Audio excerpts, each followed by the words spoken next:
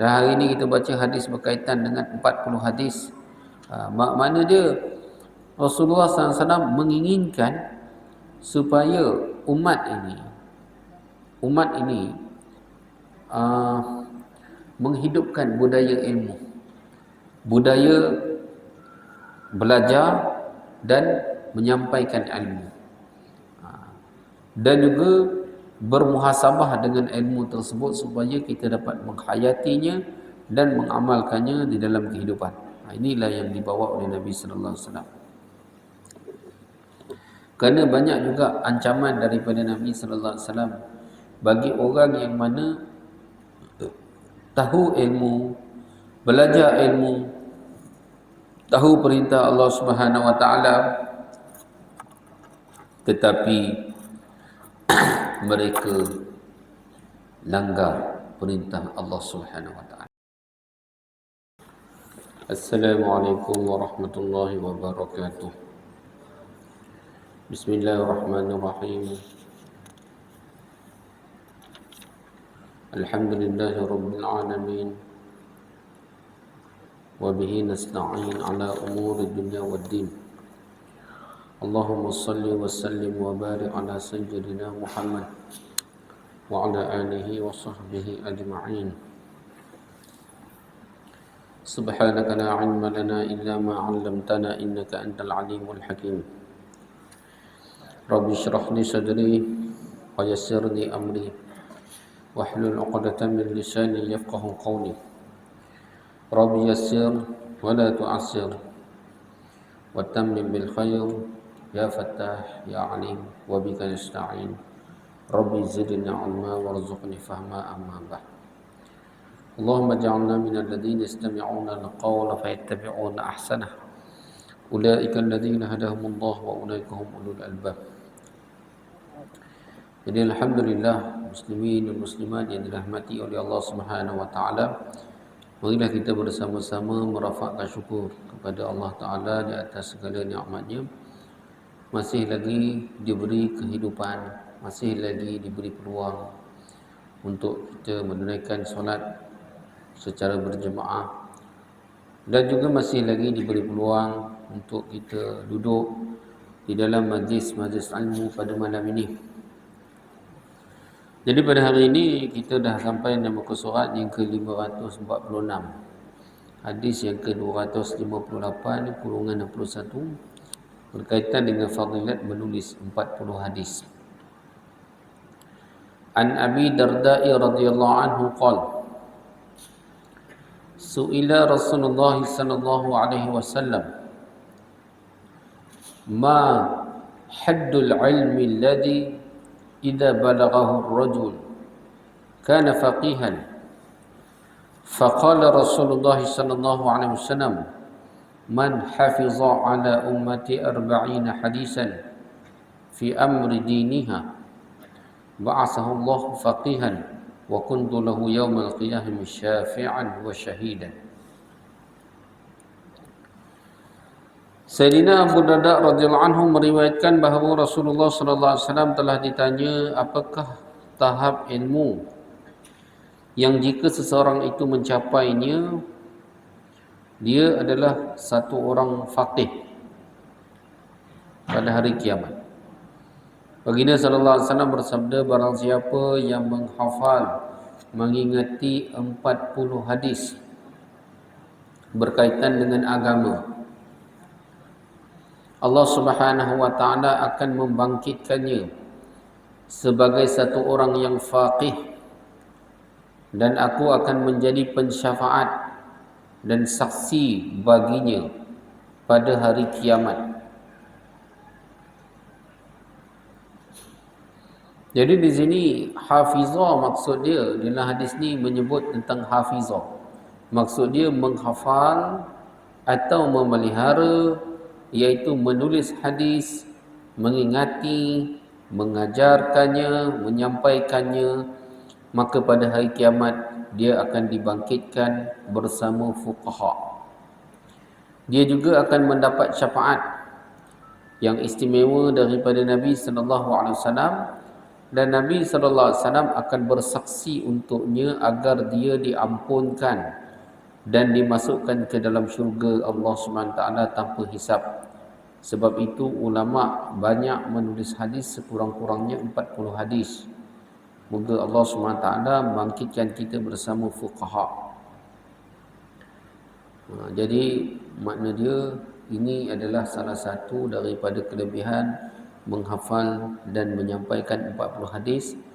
Dan juga daripada hadis ini, apa mafhum mukhalafah, maksud yang di sebaliknya yang kita dapat faham daripada kehendak ataupun keinginan Rasulullah SAW kepada umat ini, iaitu kehendak dan keinginan Nabi kepada umat ini ialah umat sentiasa perlu menghidupkan ataupun menyampaikan ilmu, menghidupkan ilmu, menghidupkan ilmu, menyampaikan ilmu. Kalau tak mampu banyak, paling kurang sikit. Balighu anni walau ayah, sampaikan daripada aku walaupun sepotong ayat, walaupun satu ayat, walaupun sedikit.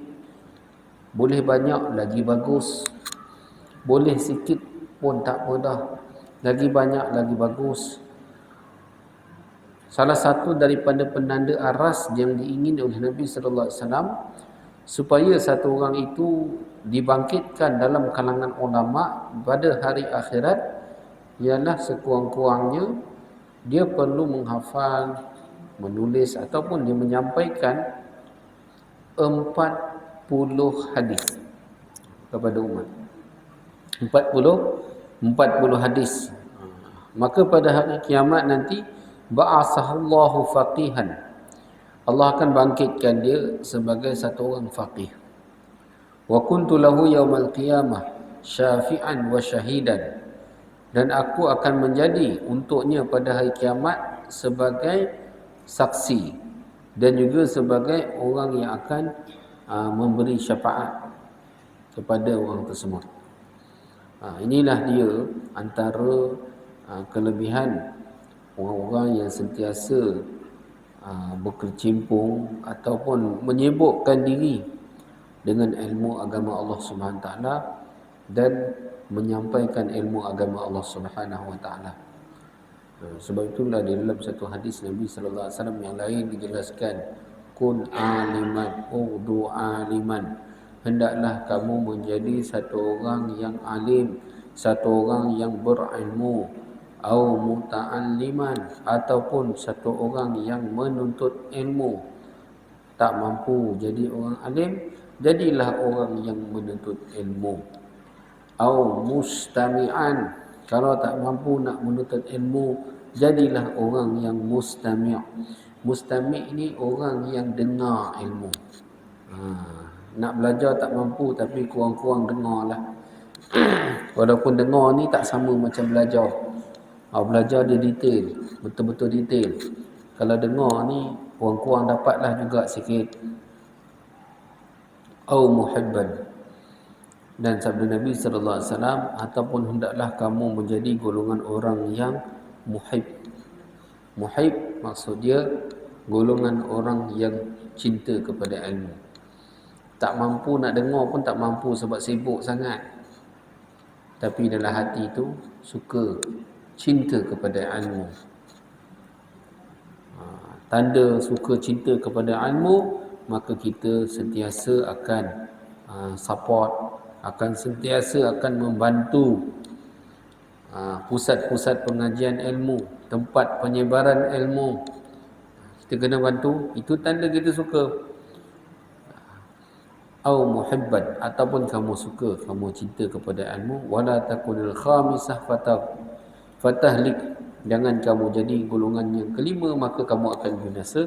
Wal khamisatu an tubghidal ilma wa ahlah, dan yang kelima itu ialah golongan-golongan an tubghidal ilma wa ahlah, orang yang benci kepada ilmu dan benci kepada ahli ilmu.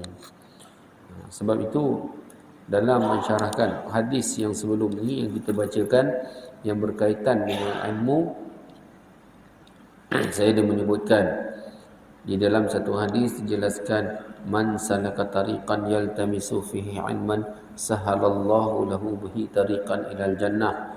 Barang siapa yang menempuh satu jalan untuk menuntut ilmu kerana nak mendapatkan ilmu, maka Allah SWT akan memudahkan baginya jalan untuk menuju ke syurga. Kenapa orang yang menuntut ilmu ni mudah untuk masuk syurga?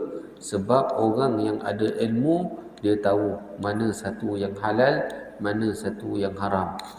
Dia tahu apa perintah Allah SWT, apa larangan Allah SWT.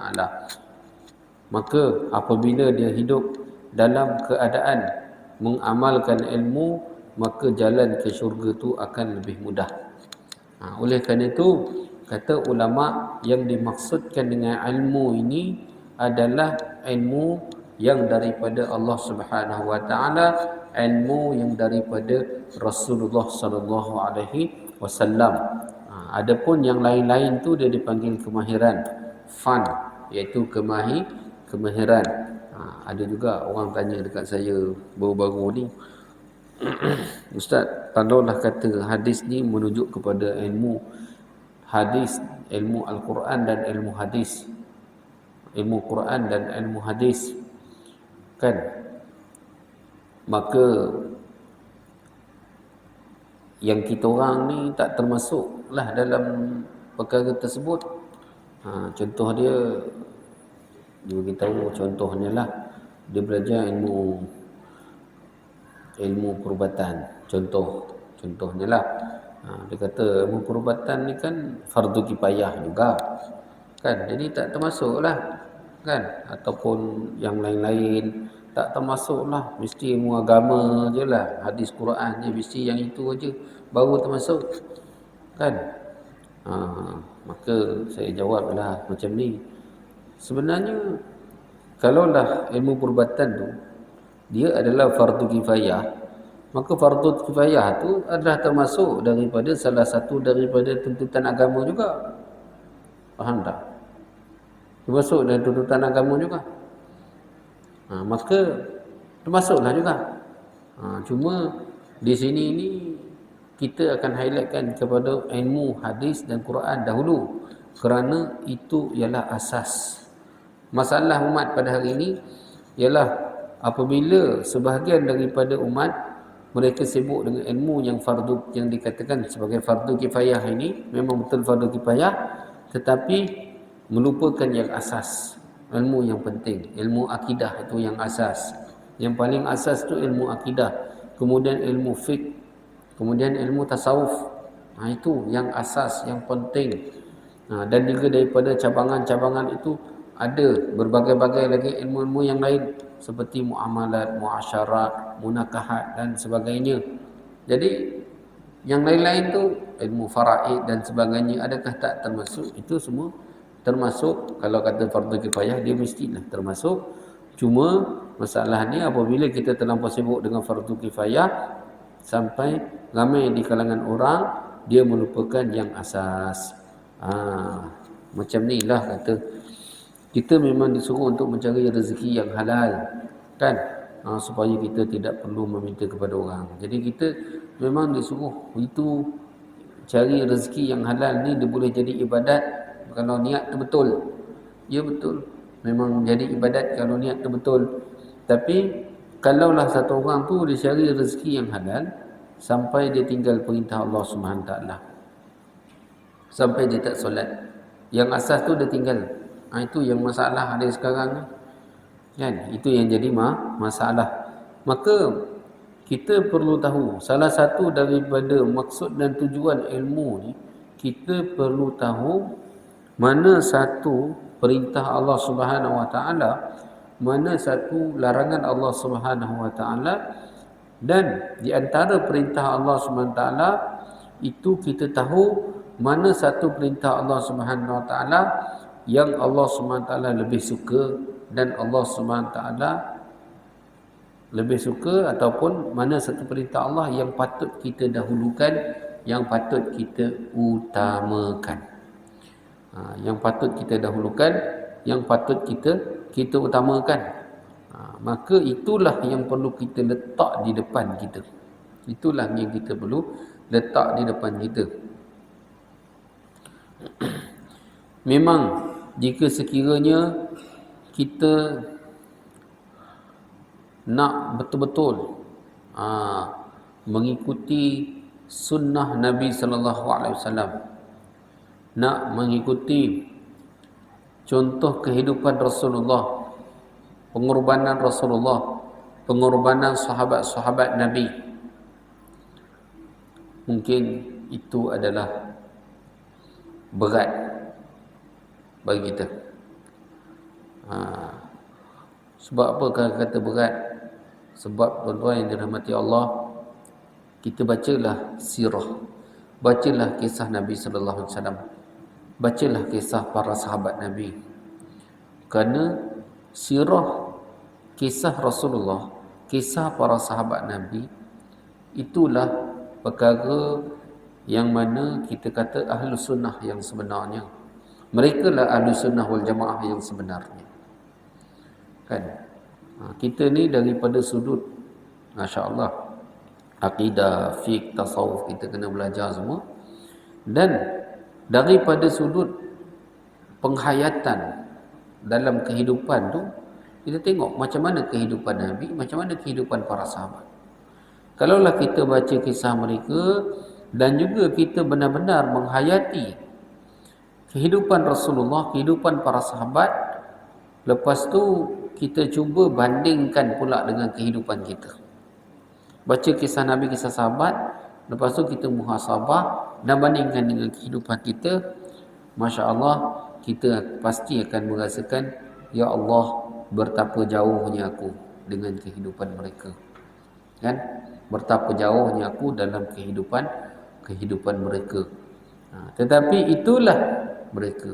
Itulah golongan yang Allah SWT menyebut dalam Quran, golongan yang benar-benar dipermudahkan untuk masuk syurga.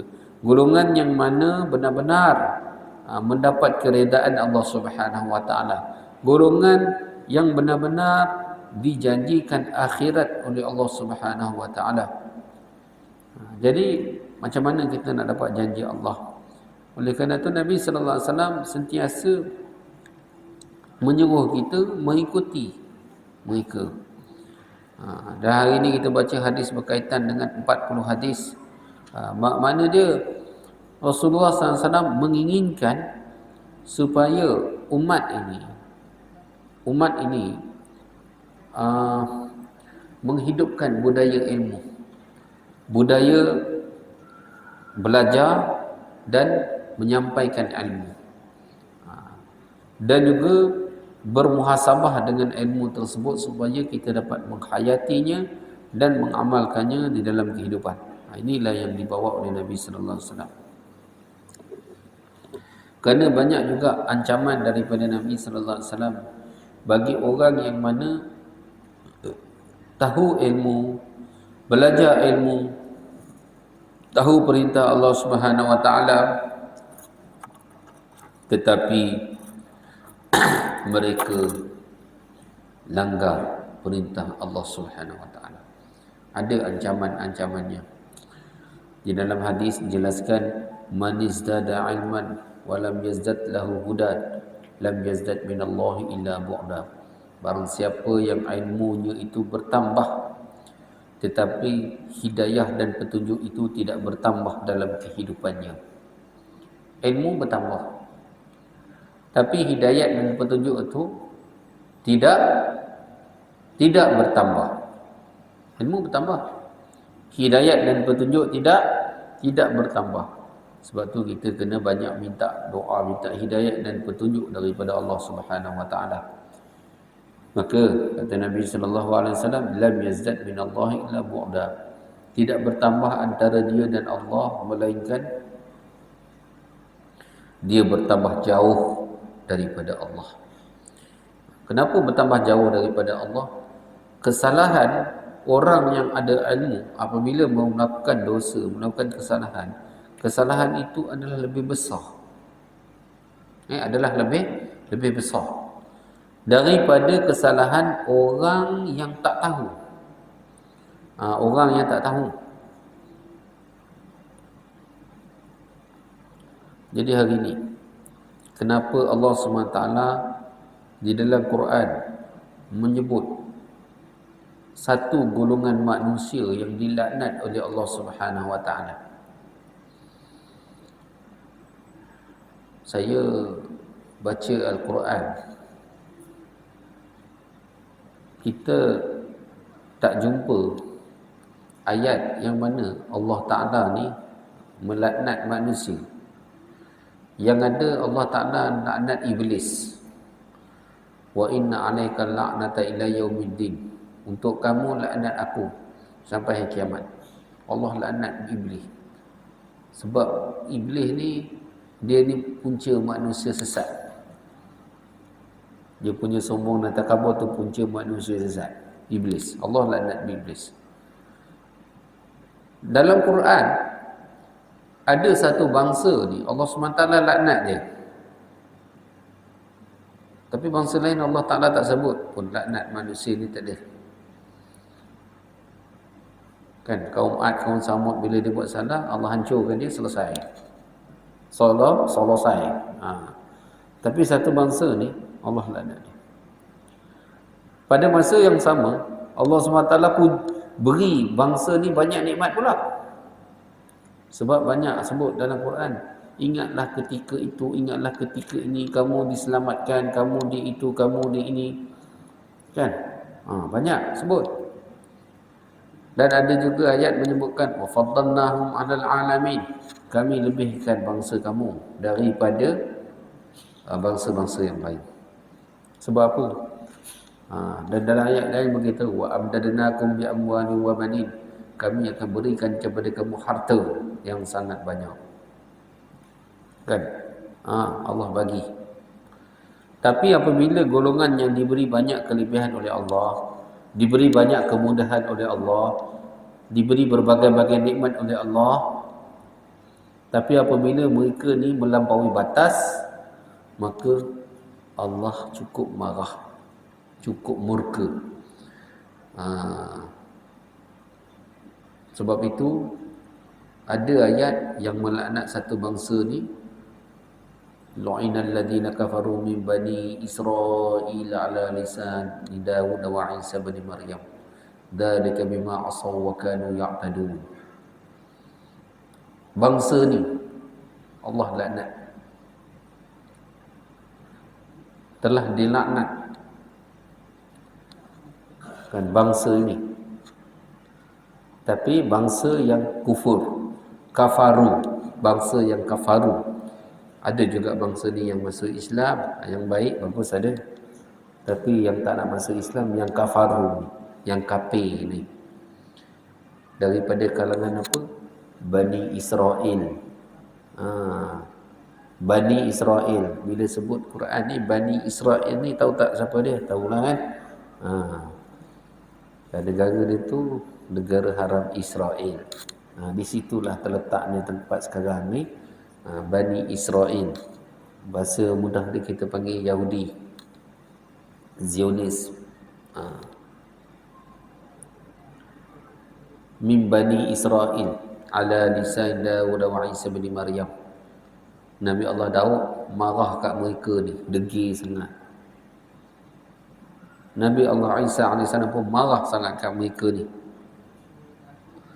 Dzalika mimma asaw. Kerana apa? Kerana mereka ni banyak buat derhaka. Wa kanu ya'tadun, dan mereka ni juga melampaui batas. Dah derhaka satu hal, melampaui batas satu hal. Lepas tu pada masa yang sama Tuhan bagi nikmat banyak. Bagi nikmat banyak. Lepas tu kata tak tahu belaka, ahli kitab pandai. Tapi penderhakaan, melampaui batas, maka Allah laknat. Oleh kerana itu, apabila bangsa ni berkumpul sahaja di satu tempat, la tufsidunna fil ardi marratain wa la ta'lunna uluwan kabira. Apabila kamu mula melakukan kerosakan, dan Allah SWT menyebutkan bangsa ni dia akan buat kerosakan. Dulu dah buat kerosakan dah sekali, Lepas tu mereka akan buat lagi kerosakan pada kali yang kedua. Bukan saja buat kerosakan, wala ta'lunna 'uluwan kabira. Apa makna wala ta'lunna 'uluwan kabira? Mereka akan sombong dengan satu kesombongan yang dahsyat, satu kesombongan yang besar. Sombong. Satu, again, ingkar, lepas tu sombong, buat kerosakan. Surah Al-Isra ayat yang keempat. A'udzu billahi minasyaitonir rajim. Wa qadayna ila bani Israil fil kitab la tufsidunna fil ardi marratain wa la ta'lunna 'uluwan kabira. Kami telah takdirkan Bani Israel ini, di dalam kitab telah termaktub, kamu ni memang la tufsidunna fil ard marratain, akan buat kerosakan di muka bumi. Benar-benar la tufsidunna, pasti benar-benar kamu ni buat kerosakan di muka bumi. Marratain, sebanyak 2 kali. Wala ta'lunna 'uluwan kabira, dan kamu ni benar-benar sombong, membesarkan diri. Wala ta'lunna 'uluwan kabira. Jadi apabila datangnya wa'du ulahuma ba'atna 'alaikum 'ibadan lana uli ba'sin syadidin fajasu khilal ad-diyar wa kana wa'dan maf'ula.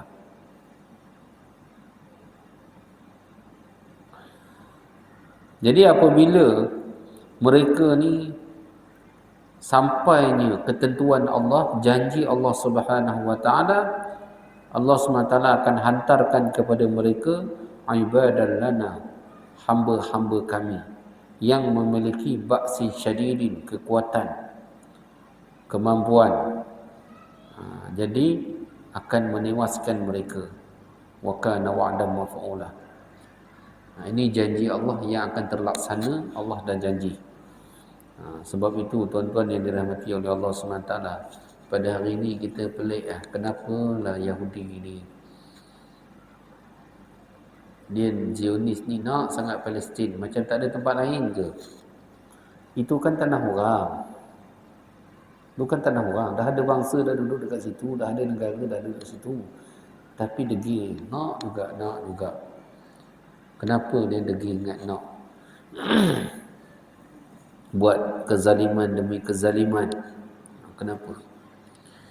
Kerana fahaman orang Yahudi ni, dia ada satu kefahaman bahawasanya tanah Palestin tu adalah tanah yang dijanjikan untuk mereka.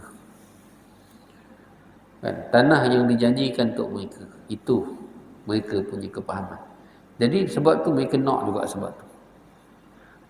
Walaupun mesyuarat pilih PBB macam mana sekalipun, mereka tetap nak juga hak tu. Dan mereka tetap juga nak hak tu. Jadi berkumpulnya mereka di sana beramai-ramai, Zionis yang zalim ini, itu sebenarnya adalah menandakan kehancuran mereka sendiri. Ditambah pula dengan mereka menunaikan syarat-syarat yang telah disebut dalam Quran. Apa syarat-syarat yang disebutkan dalam Quran? Mereka melakukan kezaliman, sombong, melampaui batas. Itu Allah sebut dalam Quran syarat. Syarat ni dah sebut. Maka Allah Ta'ala akan hantar hamba-hamba Allah, akan musnahkan mereka. Mereka berkumpul di situ. Saya pernah tanya satu orang ulama daripada Palestin. Saya tanya dulu, kenapa, apa yang berlaku kat sana, kenapa orang Yahudi ni. Jadi ulama ni dia relax, dia jawab. Dia kata tak perlu risau pun. Sebab apa? Kenapa tak perlu risau? Sebab apa? Berkumpulnya Yahudi dekat Palestin tu adalah tanda kehancuran mereka. Mereka ni satu masa nanti mereka akan dibunuh oleh semua orang Islam. Ini sebut dalam hadis ni, bukan saya cerita. Kan dalam hadis bagi tahu mereka akan menyeruk dekat batu. Batu akan cakap, ni belakang aku Yahudi yang dilaknat ni, main bunuh dia. Itu je. kan. Sebelum tu, tapi perkara tu nak berlaku sebelum tu mereka akan buat apa? Kerosakan, demi kerosakan, melampaui batas, sombong. Jadi Allah Ta'ala akan hantar hamba-hamba Allah yang akan musnahkan mereka. Jadi kalau kita tengok dan Allah SWT juga sebelum tu Allah SWT menyebutkan mereka, wa amdadnakum bi amwalin wa banin. Kami akan berikan kepada kamu ni istidraj ni. Allah Taala bagi apa? Harta yang banyak dan keturunan. Maknanya mereka ni ada keturunan mereka, bangsa mereka berkembang banyak dan harta mereka banyak. Jadi hari ni kalau kita tanya siapa yang kuasai ekonomi dunia, kan, siapa yang kuasai bank dunia,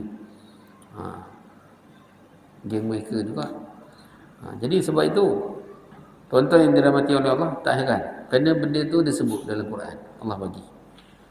Tapi apabila mereka tidak bersyukur, mereka kufur, ingkar, terus melampaui batas, maka akan sampai masanya mereka akan dihabiskan oleh Allah Subhanahu Wa Taala. Allah Taala tidak akan biarkan golongan-golongan seperti ini yang sangat-sangat zalim. Jadi persoalan yang jadi tu, kenapa mereka nak sangat Palestin ni? Kerana Al-Quran adalah kitab samawi dan apa yang terkandung disebutkan di dalam Quran, kisah yang sama juga disebutkan dan diceritakan dalam kitab-kitab samawi yang terdahulu, iaitu kitab Taurat, kitab Injil. Dalam Quran surah Al-Maidah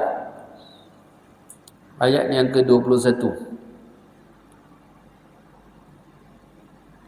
Allah Subhanahu Wa Taala menjelaskan tentang mereka ni yang diberi nikmat oleh Allah Subhanahu Wa Taala. Ni'matallahi alaikum ij'ala fikum anbiya. Allah menjadikan daripada kalangan mereka nabi-nabi yang banyak. Wa ja'alakum muluka. Allah menjadikan daripada mereka penguasa-penguasa, pemimpin di muka bumi. Dan wa atakum, Allah berikan kepada mereka malam yu'ti ahadan minal alamin.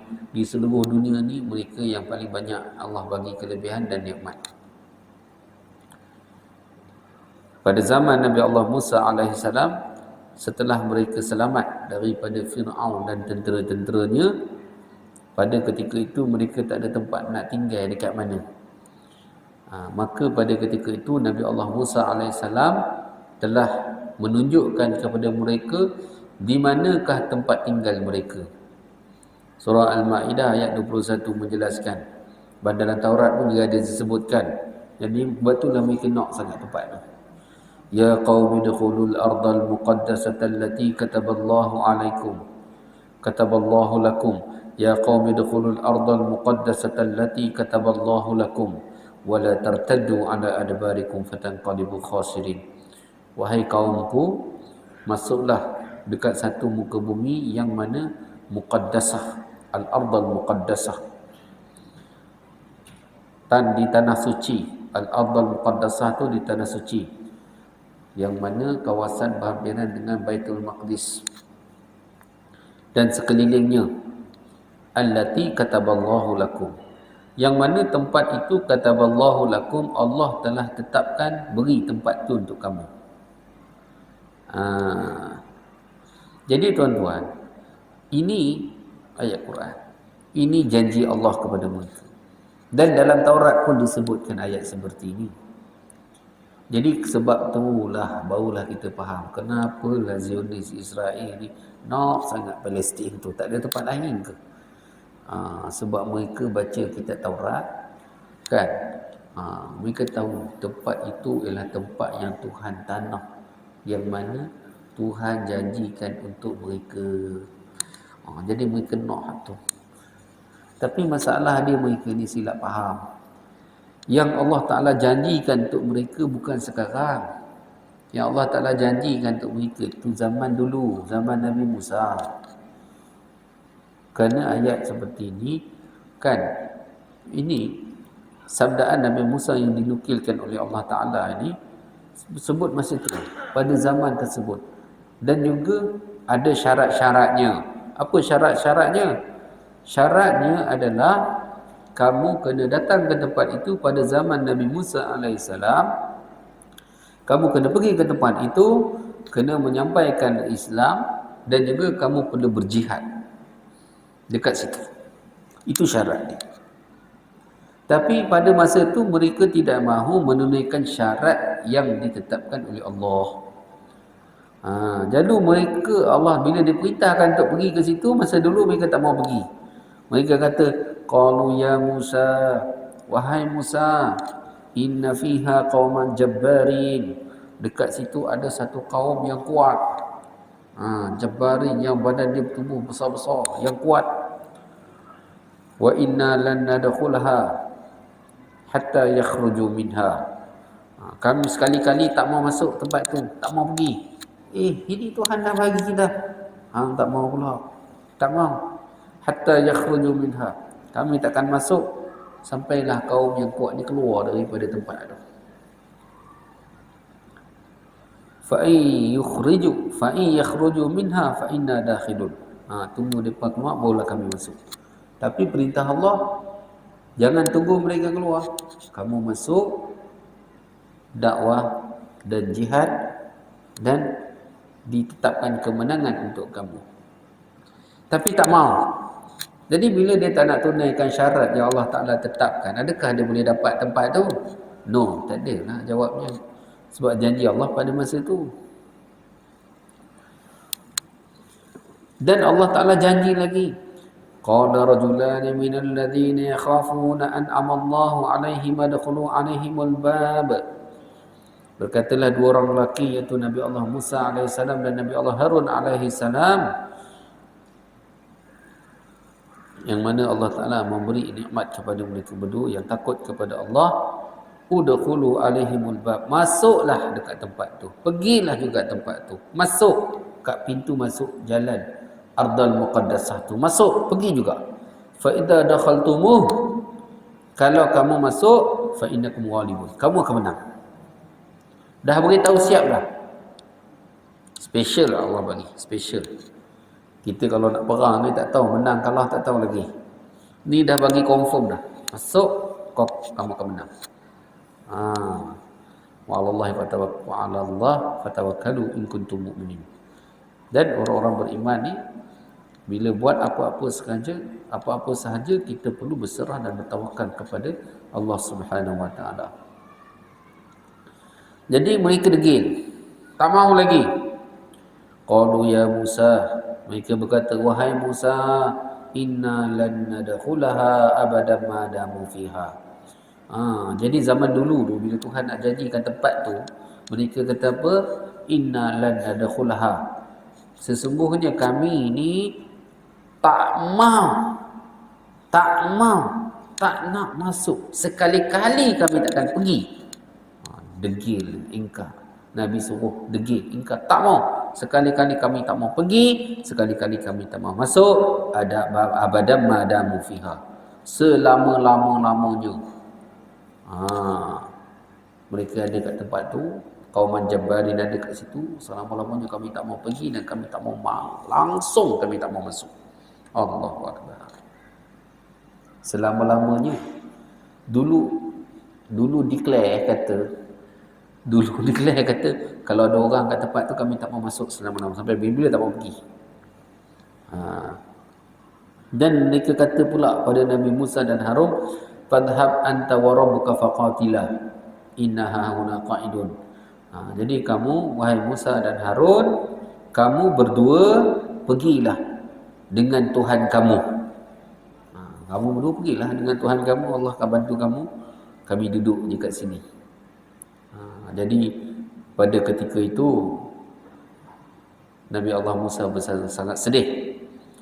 Qala rabbi inni la amliku illa nafsi wa akhi.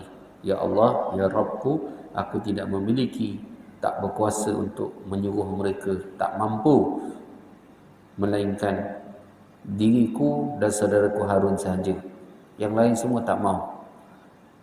Fafruqa bainana wa bainal qaumil fasiqin. Pisahkanlah antara kami dan orang-orang yang fasik ini. Jadi selepas daripada itu mereka telah azab oleh Allah dengan sesat selama 40 tahun di padang teh. 40 tahun degil, sesat, duduk kat padang pasir, tak ada tempat nak pergi mana, duduk macam tu je. Jadi tuan-tuan, janji Allah kepada mereka ni pada masa tu, pada zaman tu, pada ketika itu, dan dengan syarat-syarat yang mereka perlu tunaikan pada ketika itu. Tapi mereka tak tu buat syarat yang Allah Ta'ala suruh, syarat yang Nabi Musa dengan Nabi Harun suruh, mereka tak nak buat. Mereka tak nak buat. Maka apabila berlalu zaman Hitler, mereka telah debat perangai mereka ni, banyak yang telah dibunuh. Mereka dah tak ada apa-apa, mereka dah tak ada negeri, kena halau, ada yang kena halau daripada Eropah dan sebagainya. Waktu itulah mulalah nak datang balik ke tempat tu, mulalah nak pergi balik. Lepas tu Allah Ta'ala bagi dekat mereka harta yang banyak, dapat kuasa sikit, dapat menguasai ekonomi dunia, mereka jadi kaya, mereka jadi, dan maka mereka nak balik kat tempat tu. Mereka nak, sebab bagi mereka siapa dapat kuasai tempat tu akan dapat kuasai dunia. Sebab tu lah dia tak mau duduk tempat lain, dia nak tempat tu juga. Macamlah kat tempat lain tak ada tempat tinggal kan, nak ambil juga hak orang, nak ambil juga tempat. Ni sebab kesilap pahaman mereka. Jadi sebenarnya di dalam hadis dijelaskan mereka akan dibunuh di tempat tu. Mereka akan dibunuh oleh orang Islam. Salah satu daripada tanda kiamat, mereka akan dibunuh di tempat itu. Kan, yang mana Allah Subhanahu Wa Taala, Nabi sallallahu alaihi wasallam telah janjikan mereka akan datang ke tempat itu, mereka akan dibunuh situ. Waktu bila kita tak tahu. Jadi apa yang berlaku sekarang ni, peperangan yang berlaku sekarang ni, dia akan berkesudahan.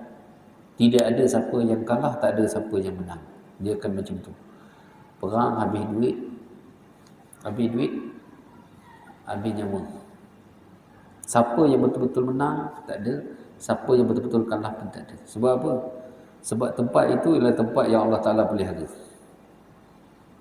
Mereka takkan berjaya. Tapi mereka akan kalah pun tak juga.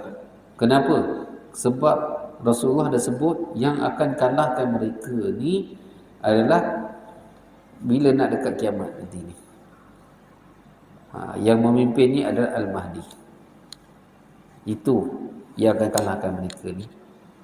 Bila Dajjal datang bantu mereka pun, ia akan bunuh janjian Nabi Allah Isa AS. Bila Dajjal mati, mereka akan disembelih. Waktu tu mereka akan totally akan dihapuskan total. Tapi sebelum tu, macam ni lah keadaan ni. Reda sekejap, gejatah senjata, lepas tu jadi balik. Reda sekejap, jadi balik. Dia takkan ada siapa yang totally kalah, siapa totally menang. Dia akan berlarut. Jadi sebab tu kita doa untuk saudara-saudara kita di sana, insya-Allah semoga Allah SWT menguatkan mereka dan membantu mereka. Tidak ada siapa dapat membantu mereka melainkan Allah Subhanahu Wa Taala. Kalau kita tanya kenapa negara-negara Islam tak hantar bantuan ketenteraan dan sebagainya, benda ni kita tak boleh nak cerita panjang. Kenapa tuan-tuan? Sebab semua negara-negara yang mendapat kemerdekaan, semua ada perjanjian-perjanjian tertentu yang mana negara kita kena mematuhi perjanjian itu untuk jaminan keselamatan. Jadi kita bantu daripada sudut yang kita mampu. Doa, minta bantuan Allah, dan kita dakwah, bawa seluruh umat kepada Allah Subhanahu Wa Taala. Apa yang lebih meruntuhkan agama kita ialah umat Islam yang tidak menunaikan solat. Itu yang paling meruntuhkan agama. Kita kata Yahudi ni dia bunuh orang Islam, dia nak bunuh orang Islam, nak hancurkan Islam. Tapi orang Islam yang tidak solat tu pun sebenarnya dia meruntuhkan agama juga, meruntuhkan Islam. Sebab tu orang Islam nak dapat bantuan Allah perlu ada hubungan dengan Allah.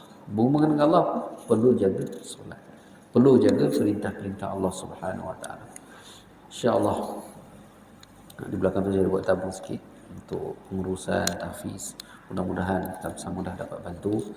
InsyaAllah apa yang baik daripada Allah SWT, apa yang kurang daripada kelemahan saya, tutup banding itu semua kafarah. Subhanallah wa bihamdihi, subhanakallahumma wa bihamdika, asyhadu an la ilaha illa anta, astaghfiruka wa atubu ilaik. Subhana rabbika rabbil izzati amma yasifun, wa salamun alal mursalin, walhamdulillahi rabbil alamin.